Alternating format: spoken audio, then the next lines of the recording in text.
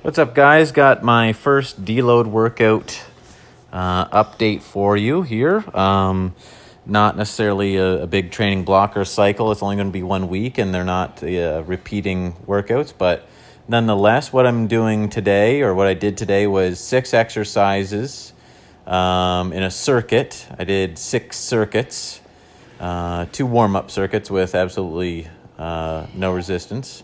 As you can see there, the first movement is freehand squats. So it was warm-up sets just 12. Then the last 6 sets were 15. Then we're working on push-ups right after that. So push-ups, again, it's 6 sets, 15 reps. I think I got up to like 10 pounds in my back, and more or less it was just to kind of make sure that spine was neutral, scapula was retracting and protracting. Yeah, so it was my first day after the skip load. I am what would questionably be 18 weeks out and 6 days now. Prior to the skip load, my weight was 165. Then obviously my weight will be inflamed. It was 171.1 this morning, so it's over 6 pounds. But that's exactly what will happen when you take in, very close to 2,000 grams of carbohydrates in a day. And yeah, like I said, just going to try and keep things simple. I'm not going to try and redline anything here.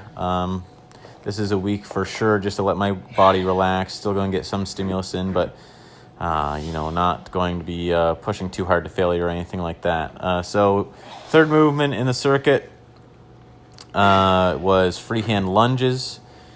And so it was, for the warm-up sets, we were just doing 12 reps each leg, and then working sets, 15 each leg again, not pushing into failure or anything like that. You saw in the previous training block that I was doing walking lunges, 12 reps with 135 pounds on my back. But just something to have some sort of stimulation in the legs here.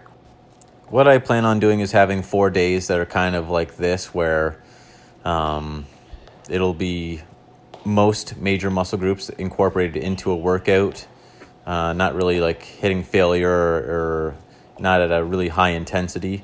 And then the 3 days that are in between these sort of workouts will be optional if I want to train something like shoulders, if I want to train arms, or something smaller like that.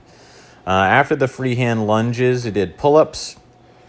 So no added weight for actually the first 6 sets in total. So the 2 warm-up sets and then also the working sets, and then just a little bit of weight, just a small plate on for the last 2 sets. And I just wanted to incorporate my back into this. So just your standard pull-ups that you'll see here. It's overhand grip, trying to get a really full range of motion, good control, trying to keep my back more so vertical, so I'm working almost exclusively in a vertical plane, but still trying to get really good contractions, still trying to get full stretches, keep tension on the target musculature. But yeah, you can see obviously here I'm a lot fuller. Like I was, whenever you're pushing hard on a skip load cycle, once you get through a week or 10 days, you definitely start to flatten out. But obviously it's not like I accrued a bunch of fat overnight, or even if I, did spill a little bit with a very aggressive skip load. It's water that's going to come out over the next few days. I plan to be back to baseline before Saturday, which would be 6 days later. And I have another skip load planned on that Saturday. So after the pull-ups, it's glute kickbacks. Chose 3 exercises for my legs here, 2 primarily for thighs, and then this is a bit of an isolation movement. But obviously your legs being, your largest major muscle group. Just wanted to get a little bit more activation there. Not something that I obviously would normally do in a training block when everything is, to failure and it's high intensity, and I'm trying to, get the most bang for my buck movements. But here it's something can just more so isolate glutes and hamstrings as well. But yeah, you can see even here through the pants, A little bit of definition in the hamstrings, a little bit of, you know, like shape to them here. This was, you know, one of my first rotations of this exercise. Only went up to 32.5 pounds on the low cable here. After that, we just finished up with bench dips, as you'll see, with a 70-pound dumbbell on my lap, 6 sets of 10, and that was it for this workout. So tomorrow what I'm planning on doing is training shoulders and biceps, or maybe just one of the two.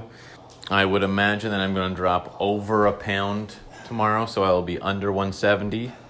But even if we're not, that's no big deal right now. So anyways, until next time, guys, take care, have fun, good luck.